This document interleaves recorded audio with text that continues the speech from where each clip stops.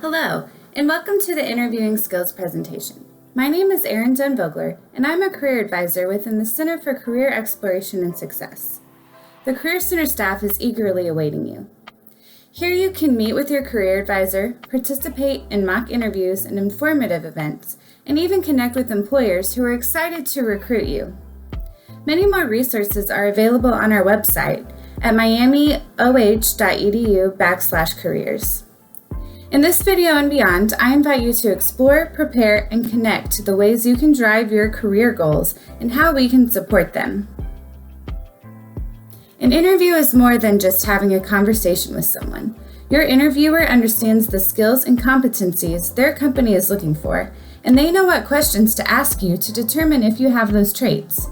You should actively participate in the interview questions. Just showing up is not enough.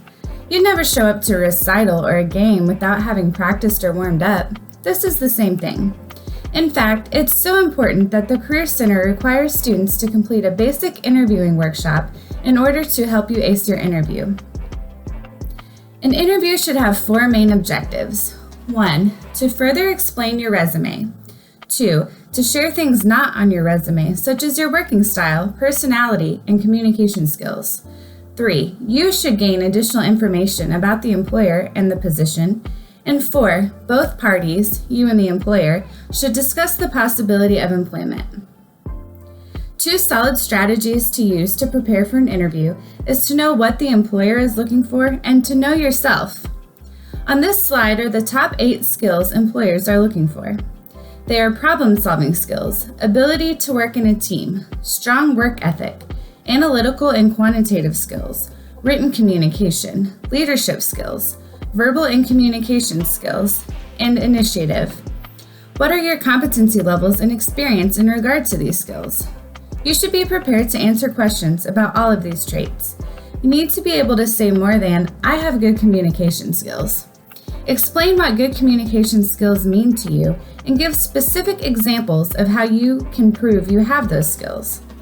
It is a very common mistake to speak in generalities when interviewing, rather than showing that this is something true about you.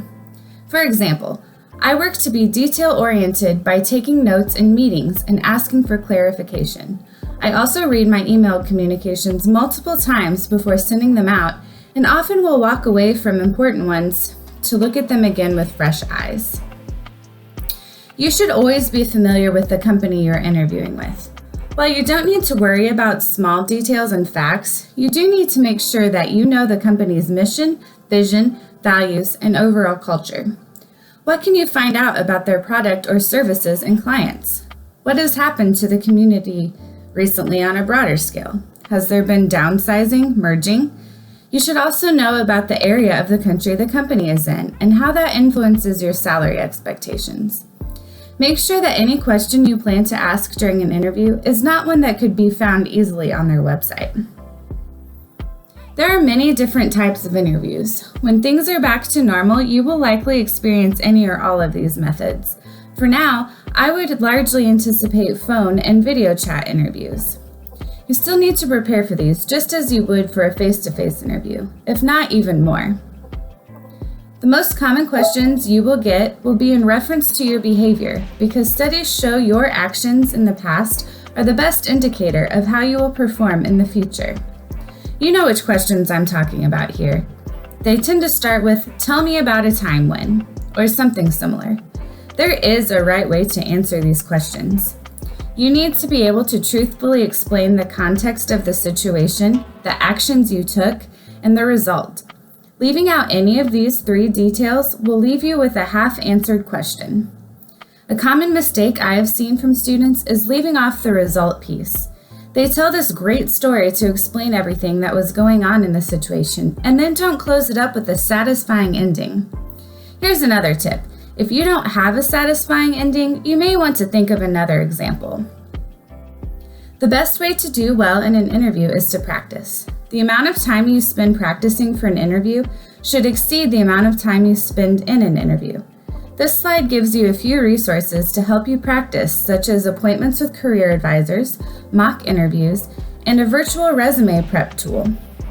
The important piece of information here is to practice saying your answers out loud. Merely writing them down or saying them in your head is not the same as practicing answering a question at random. We are still here to help you prepare. Just contact our office by phone at 513-529-3831 or email at careercenter@miamioh.edu between 8 and 5 on weekdays.